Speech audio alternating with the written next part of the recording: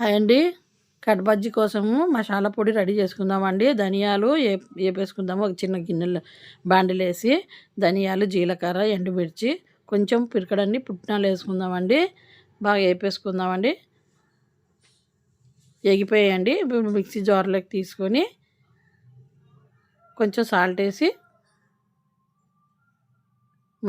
పొయ్యి మీద కళాయి పెట్టి ఆయిల్ వేసి ఇందులో పుట్నాల జాడలో చూడండి ఉప్పు వేసాను. ఇప్పుడు గిన్నెలోకి పిండి తీసుకుంటున్నాను. శనగపిండి 2 కప్పులు శనగపిండి తీసుకొని జీలకర్ర, తినేసి వంట సోడా, బజ్జీకి వంట సోడా వేయాలండి, సాల్ట్ వేసాను. మిరపకాయలకి ఘాట్లు పెట్టి ప్లేట్లు పెట్టుకున్నానండి. ఇప్పుడైతే పిండి కలిపేసుకుంటున్నాను. కట్ బజ్జీకి ఎలా కావాలో అలా కలిపేసుకుంటున్నా జారుగా.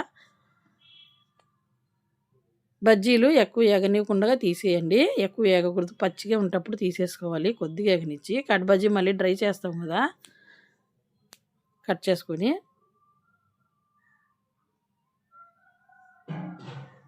ఇప్పుడు కట్ బజ్జీ వేపేసుకుందామండి. డీప్ ఫ్రై చేసుకోవాలి బాగా కట్ బజ్జీని. కరకరలు ఆడుతుంటాయి. సాయంకాలం పూట తింటుంటే బాగా టైంపాస్ అవుతుంటుందండి. పిల్లలకి పెట్టిన స్నాక్స్లా బాగుంటాయి. చూడండి, ఇలా ఎక్కువ ఆయిల్లో డీప్ ఫ్రై చేయండి. బజ్జీలు ఆయిల్లోనే చేసేయండి, సరిపోతుంది అదే ఆయిల్. ఒక పక్కన గిన్నెలోన నిమ్మరసం పిండేసి ఉంచుకొని కొద్దిగా వాటర్ కలిపేసి ఉంచుకుందామండి. చూడండి, నిమ్మరసం అయితే నిమ్మకాయ సరిగ్గా రావట్లేదు రసము. కొద్దిగా వాటర్ కలిపేసుకున్న నిమ్మరసము చూడండి ప్లేట్లకి తీసేసుకుందాము అయిపోయినాక.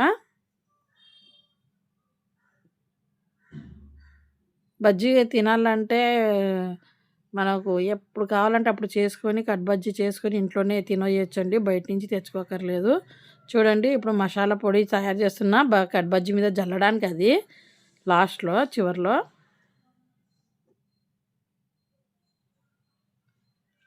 ప్లేట్లోకి తీసేసుకుందామండి. ఎగిపోయి ఈ బజ్జీలు. మనకు బజ్జీ కావాలంటే బజ్జీ చేసుకోవచ్చు, కట్ బజ్జీ కావాలంటే కట్ బజ్జీ చేసుకోవచ్చు. చాలా బాగుంటుందండి. ఇలాగే కట్ బజ్జీ వేపేసుకుంటే మిరపకాయ గుడక కారంగా ఉండదు. తినని వాళ్ళు కూడా తింటారండి. కారం చచ్చిపోతుంది నూనెలో వేగడం వల్ల.